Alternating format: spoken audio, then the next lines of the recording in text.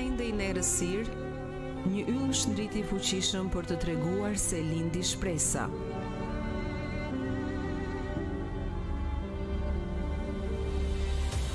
Kur bota vuante në pranga dhe robëri, një grasht dhe një stad do të mbarte çelësin e lirisë.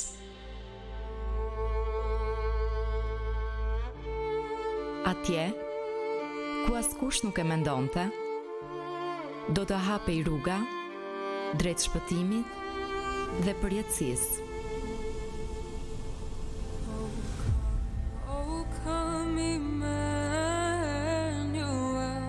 Një yll udhërrëfyes, një grasht për ulësie, një shpresë e fituar.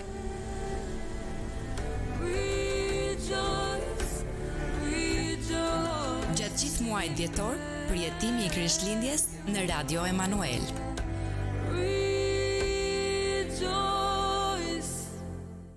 Atje, ku askush nuk e mendonte, Kur bota ende i errësirë, kur bota vuante në pranga dhe robëri, do të hapej rruga drejt shpëtimit dhe përjetësisë.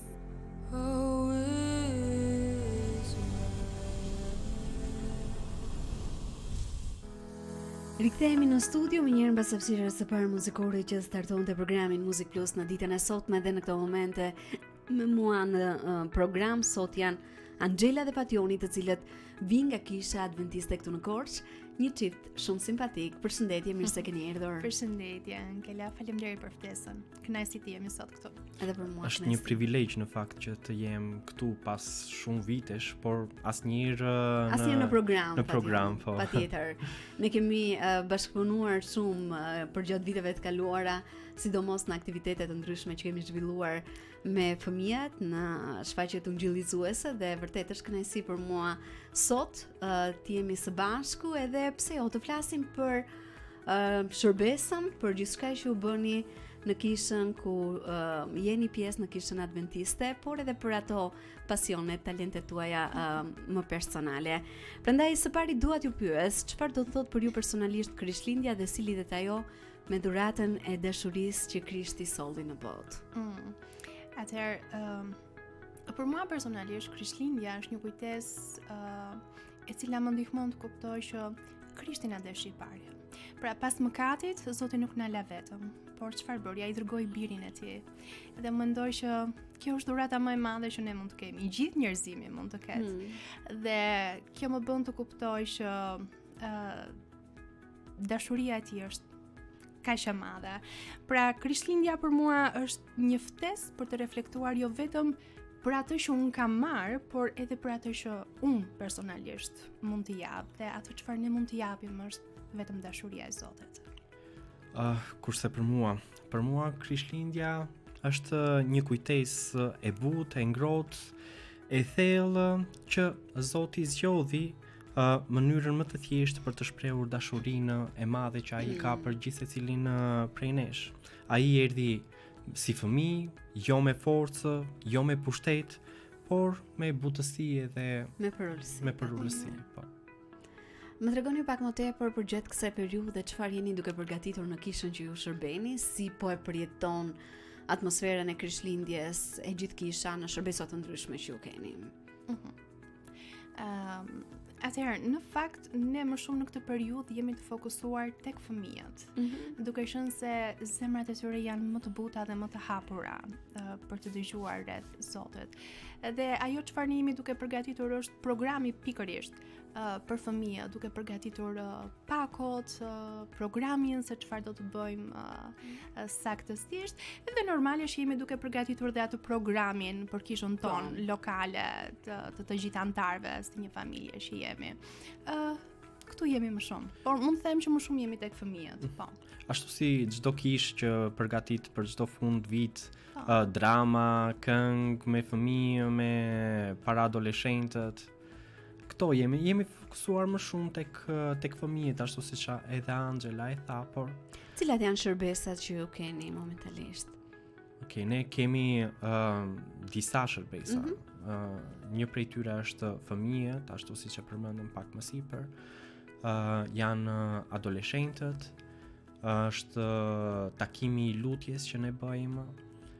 Përveç këtyre kemi një takim në lidhje me shëndetin në fshatin ku ne po punojmë tani.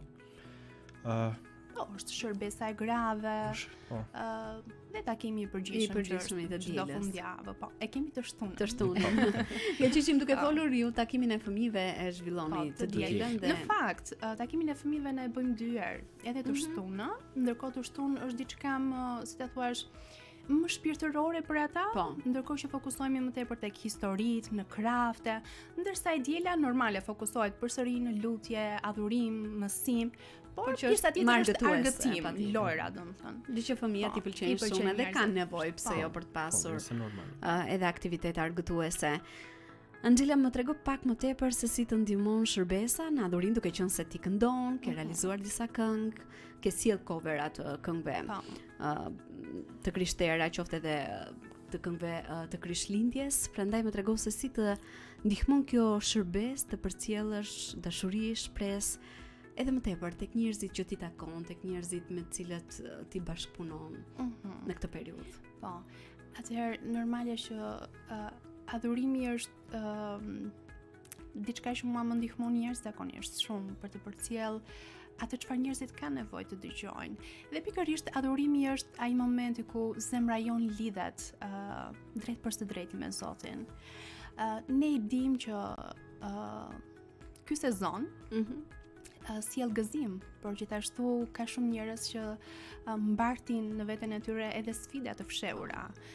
Si për shembull, ka shumë njerëz që janë në vetmi, ka shumë njerëz që kanë mungesë ndoshta nga ana shpirtërore, mungesë ekonomike, ka shumë njerëz që janë të ngarkuar nga ana emocionale. Dhe pikërisht kur ata vinë në fundjavë në kishë dhe dëgjojnë ndoshta një tekst këngë ku tregon që Zoti I do, atëherë pikërisht aty zemra e tyre hapet. Dhe pikërisht aty unë e di që Zoti fillon edhe punon në zemrat e tyre.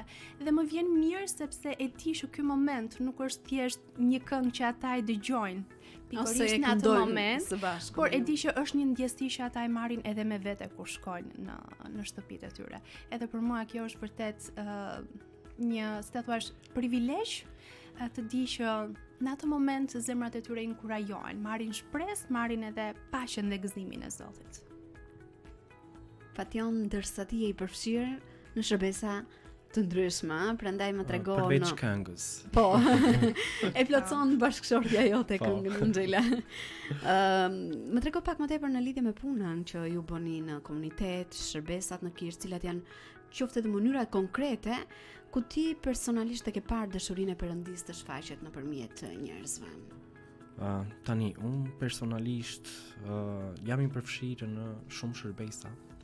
Dhe disa prej tyre është shërbesa e madhe, është shërbesa e fëmijëve, ashtu siç e përmenda, para adoleshentëve që janë adoleshentë, domethënë.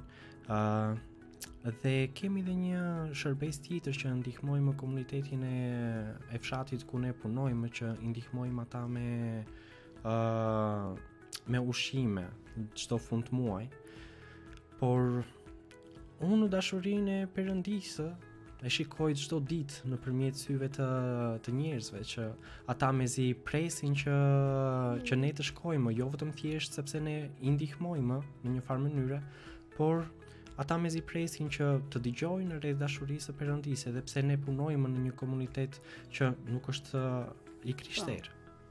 Edhe e shikoj dashurinë e Perëndisë në sytë e tyre, të fëmijëve, të adoleshentëve, por edhe të rriturve. Do doja të shtoja diçka.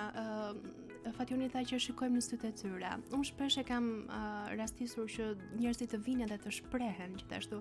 Sepse në fakt në fillimet tona ne kemi shumë paksa, si ta thuash, me pikpyetje që çfarë po ndodh, a vërtet po punon Zoti me zemrat e këtyre njerëzve, sepse duke marrë parasysh edhe ne shqiptarët jemi pak të mbyllur, nuk është se shprehemi hapur, qoftë edhe gëzimin, qoftë edhe trishtimin, nuk arrim dot ta shprehim. Por ka rastisur në shumë raste që disa nga anëtarët e dishnicës të vinë dhe të thonë, janë që mezi kemi pritur që të vim në këtë takim. Edhe unë mendoj që kjo është një nga bekimet më të mëdha, sepse jo vetëm që ne shohim këta njerëz të ndryshojnë jetën e tyre dhe të kenë më shumë dëshirë për të dëgjuar për Zotin, por edhe vetë ne personalisht inkurajohemi dhe marrim atë motivimin për të punuar akoma dhe më shumë dhe akoma më fort. Edhe më vjen mirë për gjithçka që jeni duke bërë edhe për mënyrën se si jeni duke transmetuar, pse jo, dashurinë, ungjillin, shpresën, besimin që njerëzit kanë nevojë për ta gjetur tek Perëndia, sidomos në periudhën në cilën ne jetojmë ku shumë njerëz përballen me vështirësi, sfida nga më të ndryshmet. Ashtu sikurse dhe ti Angela e përmendë edhe më sipër. Do të kemi një shkëputje shumë të shkurtër muzikore për të rikthyer vetëm pas pak për të vazhduar bisedën tonë në studio. Unë e përmenda që Angela edhe këndon, është pjesë e grupit adhurimit në Kishën ku ajo shërben, por gjithashtu në vitet e kaluara në mos gaboj ke sjellë edhe disa këngë të Krishtlindjes. Një ndërto do ta ndjekim në këtë moment, e vjen pikërisht kënga Maria e di, e ndjekim nga Angela.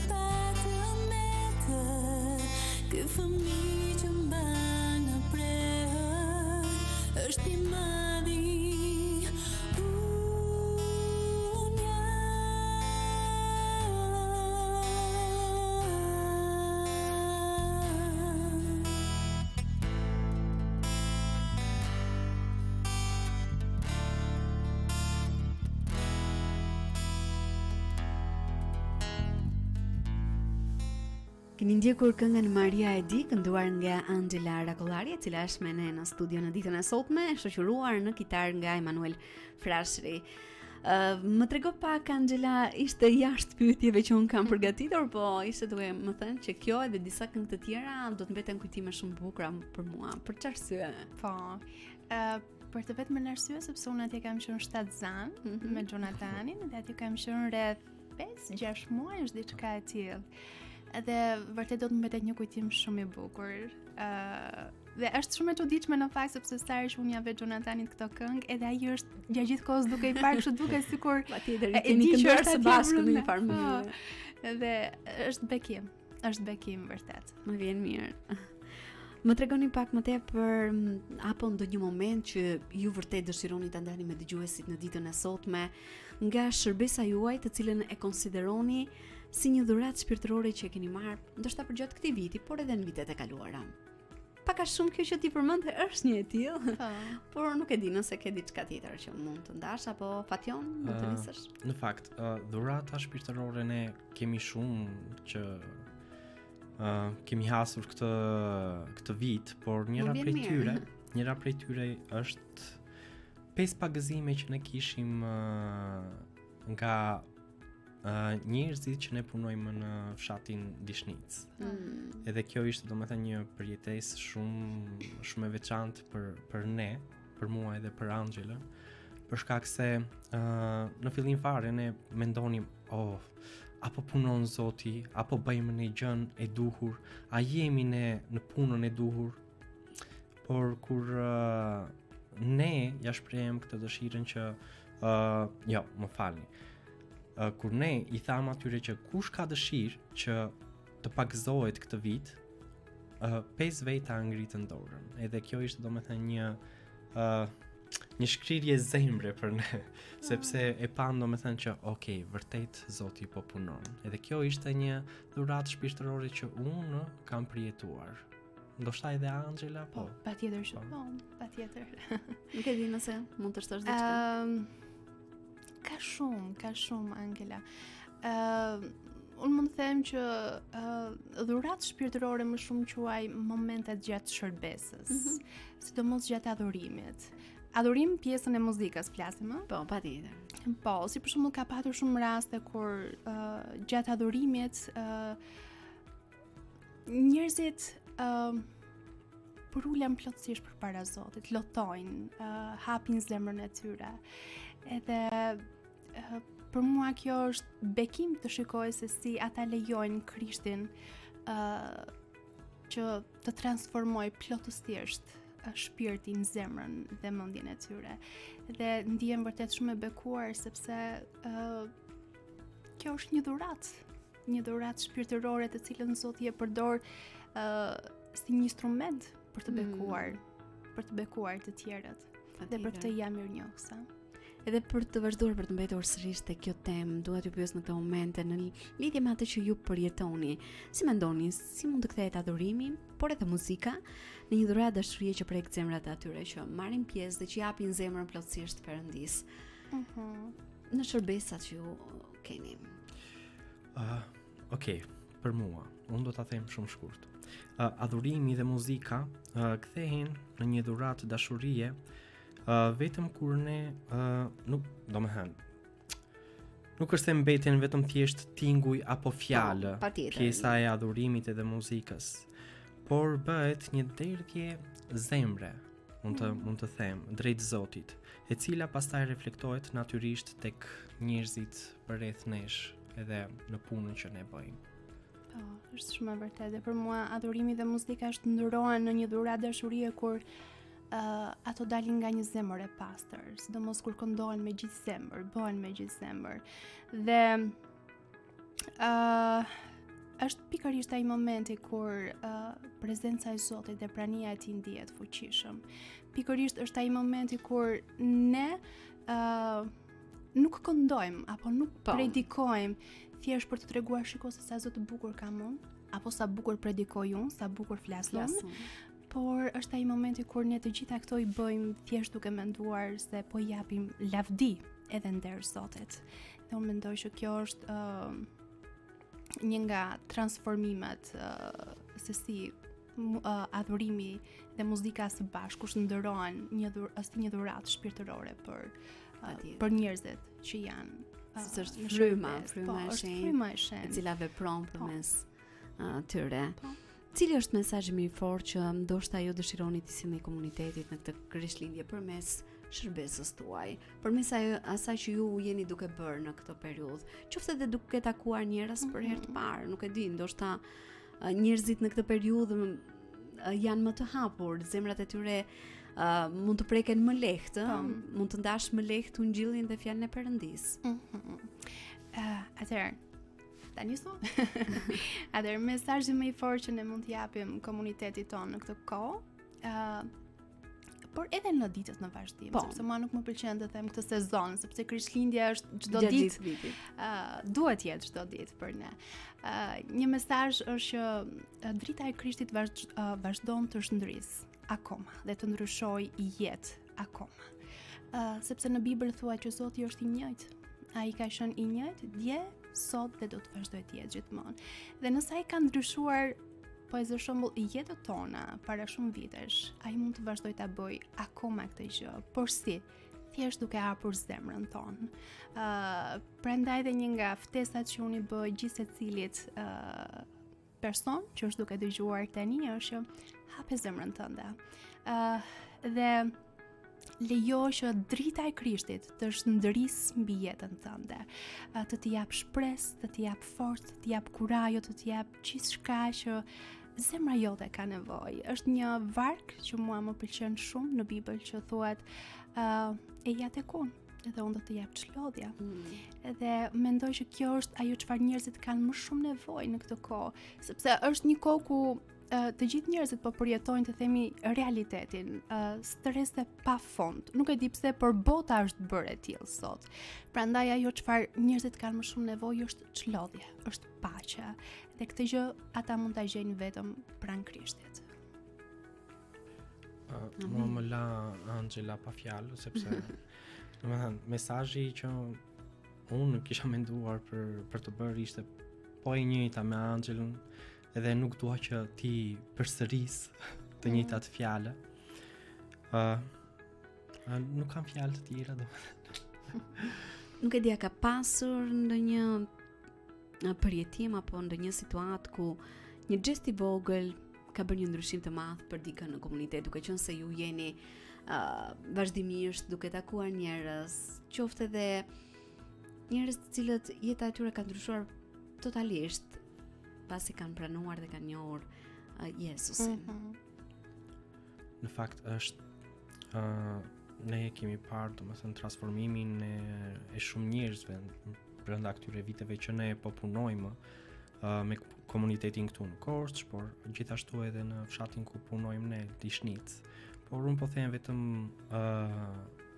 për një person që është në komunitetin e Dishnicës në fshat, që ajo nuk deshte, është grua, ajo nuk është se deshte t'ja dinte për Zotin fare, por kur ajo na njohu ne, kur ne krijuam një marrëdhënie miqësie me atë personi, ajo është transformuar plotësisht, sa një nga personat që u pagëzua këtë vit ishte edhe ajo. Po. Edhe është diçka e bukur që të shikosh domethënë transformimin e njerëzve, zemrat e tyre, mendjet e tyre. Nga një komunitet jo i krishterë të kthehesh në një i krishterë është një sfidë e madhe për gjithë secilin prej nesh, por për ata edhe për ne gjithashtu që punojmë në këtë komunitet. Por kjo është një gjë shumë e madhe për mua edhe për Angelën, sepse po shikojmë që Zoti po punon edhe po transformon zemra. Është e vërtet. Edhe një gjë tjetër që doja të përmendja është pikërisht siç e the ti, janë këto gjestet e vogla por që bëjnë një ndryshim të madh. Edhe për mua, nuk është se unë bëra ndonjë gjest të madh, ishte thjesht një gjest i vogël ndaj një personi pikërisht në Dishnicë. Ishte thjesht koha ime dhe prania ime. Ne çdo të hënë, mos gaboj, po kemi nisur një shërbes të re që kemi titulluar Bisedë dhe Lutja. Pra ftojmë të gjithë kush dëshiron, sigurisht. Personat të cilët kanë nevojë të shprehen, të hapin zemrën dhe të luten së bashku me ne. Dhe ishte një person, pra pjesë e kishës, e cila kishte nevojë të shprehej. Dhe unë isha atje dhe po e dëgjoja pa ndërprerje, pa gjykuar, po i jepja hapësirën e vet që ajo të shprehej dhe Në fund, mbasi ne kemi folur dhe jemi lutur së bashku, fjala se ka thënë Anxhe faleminderit sepse kisha shumë nevojë për këtë kohë. Kisha shumë nevojë për praninë e dikujt që të më dëgjonte, duke qenë se nuk kam me këtë shprehem dhe të ndajt gjithçka që unë po përjetoj. Dhe pikërisht unë këtë dua ta lidh me Krishtlindjen. Të njëjtën që Zoti bëri dhe me ne. Në momentin kur ne kishim më shumë nevojë, çfarë bëri Zoti? Dërgoi Krishtin, praninë, prezencën e tij. Edhe kjo na tregon që këto gjestet e vogla janë vërtet shumë të rëndësishme për jetën e çdo njeriu, në jetën e përditshme. Ndoshta për ne mund të duken gjëra shumë të thjeshta, unë t'i bëjmë lehtë. Po, është e vërtet. Për një person tjetër mund të jenë gjëra që ndryshojnë jetën. Po, është e vërtet. Edhe mua kjo që më ka mbetur në zemër, edhe më ka bërë të reflektoj shumë në fakt. Dhe kam kuptuar që po, pikërisht këto janë ato gjestet e vogla që ne mund të bëjmë jo vetëm në një ditë, jo vetëm në një shërbes, por jo vetëm në një periudhë feste. Po, në çdo ditë jetës tonë. Dhe kjo është ajo çfarë mund të sjellë ndryshim në jetën e shumë personave. Edhe sidomos në kohën në cilën ne jetojmë ku njerëzit vërtet mund të duket që janë shumë në kontakt për shkak të teknologjisë, edhe janë gjithmonë edhe më tepër të ekspozuar, por ama komunikimi është ndonjëherë shumë sipërfaqësor dhe njerëzit kanë nevojë vërtet të kenë një person për të shprehur, për të dëgjuar, edhe për të hapur zemrën. Ne në fakt kur e hapëm këtë shërbesën, bisedë dhe lutje, unë me Anxhelën menduam që s'do të vinte as edhe një njeri. Por u surprizuam që erdhen shumë veta edhe kishin nevojë që të shpreheshin, kishin nevojë për lutje.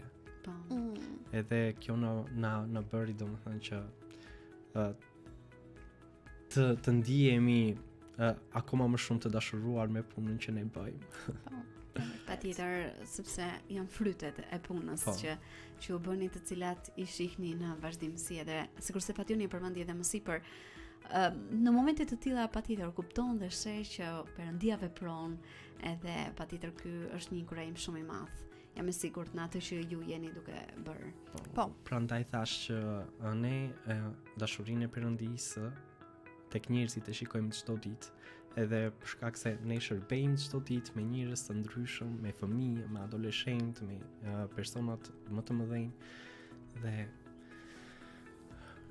patjetër, duke qenë në kontakt me njerëzit ti ndjen të gjitha shqetësimet, gëzimet, por edhe gjithçka që ata përjetojnë, sidomos kur jep mundësinë për të folur edhe ju jep gjithë atë hapësirën e duhur për të shprehur dhe patjetër për të kaluar ato momentet e lutjes me njëri tjetrin, të cilat janë shumë të rëndësishme.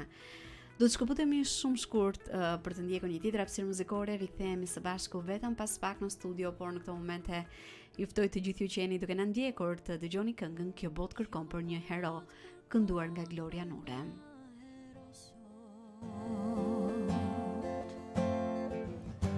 Por më të madhin njohim ne, i plot fuqish mi mbret mi mbretën, sondimtar i kombeve, i cili mori trajt shërptori, dhe vdi që ne të gjejmë shpëtim. Shpalim qartë, thërasim mezet lartë, ai është kampioni, fitimtar. Ne shpalim qartë, thërasim mezet lartë, ai është kampioni,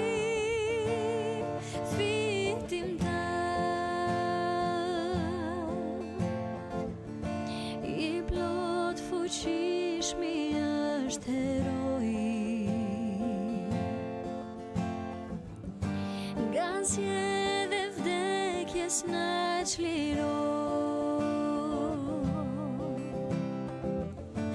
me Jezusin e s'kemi frikë më. Djalli ikën para ti,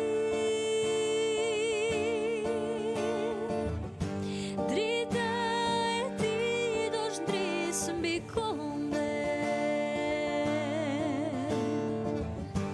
me shtatresi e do të vi, ne shpalim qartë, thërasi mesat lartë, ai është kampioni, fitimtar, ne shpalim qartë, thërasi mesat lartë, ai është kampioni, fitimtar, ai është kampioni, fitimtar. Rikthehemi në studio për të vazhduar bisedën edhe në këto momente së bashku me Angelën dhe Fationin, të cilët shërbejnë pranë kishës adventiste këtu në Korçë. Një çift të cilët janë së bashku. Unë nuk ju bëra ato pyetjet klasike të njohjes suaj, ndoshta në një moment tjetër, në një tjetër intervistë mund të flasim edhe për këto.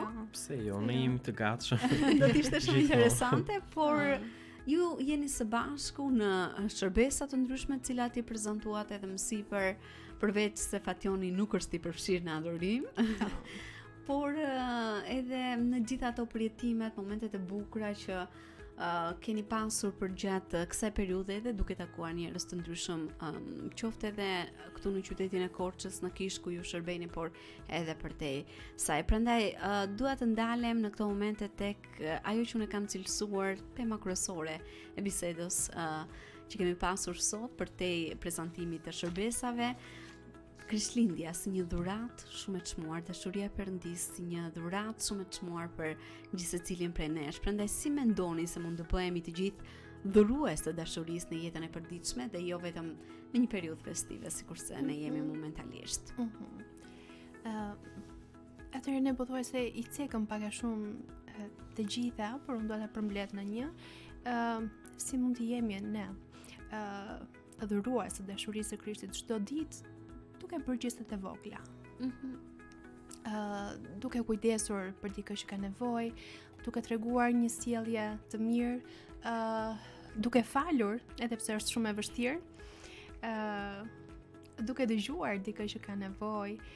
Pra, janë këto gjestet e vogla të cilat janë bekim për personat e tjerë. Okej.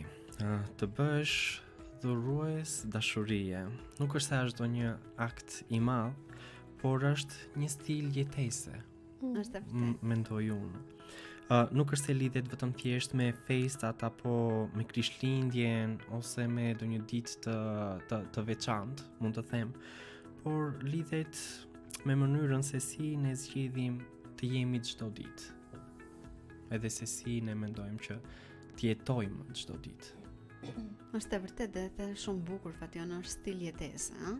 Po. Sepse ne nuk mund ta bëjmë këtë, nuk mund të falim vetëm në një ditë, nuk mund të japim shpresë vetëm në një ditë caktuar apo në një periudhë caktuar të vitit. Nuk mund të kujdesemi për njëri tjetrin vetëm për gjatë këtij sezoni, por është shumë e nevojshme dhe duhet ta bëjmë këtë patjetër në çdo ditë të jetës. Për ju personalisht, çfarë përfaqëson dhurata e dashurisë, meqense folëm për mënyrën se si duhet ta përcjellim këtë dashuri tek të tjerët, por çfarë përfaqëson për ju dhurata e dashurisë që Krishti solli në botë? Çfarë keni mësuar ndoshta për gjatë kësaj periudhe, për gjatë këtij viti, rreth shërbesës dhe dashurisë së Perëndis për njerëzit?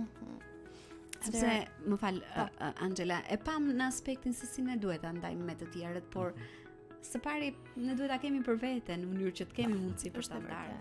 Është e vërtet. Pra, për mua dhurata e dashurisë që Krishti solli në botë është siguria se ne jemi të dashur pa kushta nga ana e Zotit. Dhe ai erdhi në këtë botë jo për të gjykuar, por për të lidhur zemrën tonë me zemrën e Zotit. Edhe kjo dashuri më kujton se vlera jon nuk varet as nga sukseset apo nga dështimet tona, por varet pikërisht nga ajo çfarë ne jemi në sytë e Zotit. Ne jemi krijesat edhe bitë e Tij. Dhe gjatë këtij viti shërbesa më ka mësuar diçka të vyer që njerëzit nuk kanë nevojë thjesht për fjalë, por ata kanë nevojë për prezencë, për butësi. Kanë nevojë për ato çfarë vetëm Zoti mund ta jap, dhe ato çfarë Zoti mund ta jap e jep vetëm nëpërmjet kujt? Nëpërmjet nesh.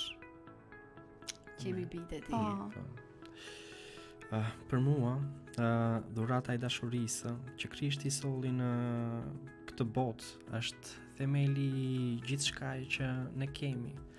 Është themeli gjithçkaje që besimi i krishterë përfaqëson. Ajo nuk është vetëm thjesht një koncept ose do një ndjenje abstrakte, mund të them. Është një realitet i gjallë, i mëshiruar dhe i dukshëm, që ne mund ta përcjellim çdo ditë të jetës sonë. Ajo që ti përmende patjetër, edhe më sipër. Edhe më sipër. Duke qenë se pak nga pak po mbrim edhe në fund të bisedës sonë në studio, cili do të ishte një urim i fundit për gjithë ata që janë duke na ndjekur, ndoshta edhe një mesazh të shkurtër, megjithëse thuajse gjithë biseda jon ka qenë me mesazhe të cilat ju i keni ndar, por diçka të fundit që dëshironi të ndani për dëgjuesit tanë. Atëherë normalisht që ne ju urojmë Gëzuar festat, festat e fund vitit, edhe urojmë që kjo Krishtlindje që ne po përjetojmë gjatë këtij muaji dhjetor të vazhdojë të jetë edhe gjatë gjithë vitit në zemrat e të gjithë njerëzve. Dhe urojmë që ky vit të jetë një vit sa më i bekuar, dhe të shohim sa më shumë zemra që rikthehen tek Zoti, dhe të shohim atë dritën e Tij të madhe të shndrisë në jetët e tyre. Ashtu si tha edhe Angela, ju urojmë të gjithëve gëzuar festat, dhe mesazhi im është që mos e humbisni shpresën. Mos e humbisni shpresën për as edhe një lloj arsyeje. Ashtu siç Angela e përmendi që ne jemi drita që Zoti përfaqëson nëpërmjet nesh. Dhe ka shumë njerëz që enden akoma në errësirë, por ne duhet që të bëhemi dritë për ta. Edhe ku ka më mirë se sa të shfaqësh dritën në këtë sezon festeje. Unë ju falenderoj vërtet shumë për gjithçka që ndat në ditën e sotme. Ishte kënaqësi për mua të zhvillonim këtë bisedë, edhe ju uroj shumë bekime gëzuar Krishtlindjen. Qoftë kjo një periudhë e bekuar për ju, për familjen tuaj të vogël, por edhe për familjen më të madhe në cilën ju shërbeni në Kishën Adventiste. Amen. Faleminderit gjithashtu dhe për ju, dhe faleminderit për këtë kohë, ka qenë vërtet bekim. Shumë faleminderit. Kënaqësi edhe për mua. Kalofshi një ditë bukur në vazhdim bashkë, pse jo, do të jemi në kontakt për të qenë ndoshta në një tjetër bisedë dhe për të fokusuar tek të tjera tema. Me shumë kënaqësi. Gëzuar Krishtlindjen edhe një herë, dhe ju uroj shumë bekime. Ne do të shkëputemi për të ndjekur një tjetër hapësirë muzikore, vjen kënga Më shumë dashuri nga Kisha Ungjillore Libonik Maliq. Bashkë rikthehemi vetëm pas pak miq për të vazhduar me minutazhin e mbetur të puntatës së ditës së sotme. Vazhdoni qëndroni në valët e Radio Manuel. Më shumë dashuri, më shumë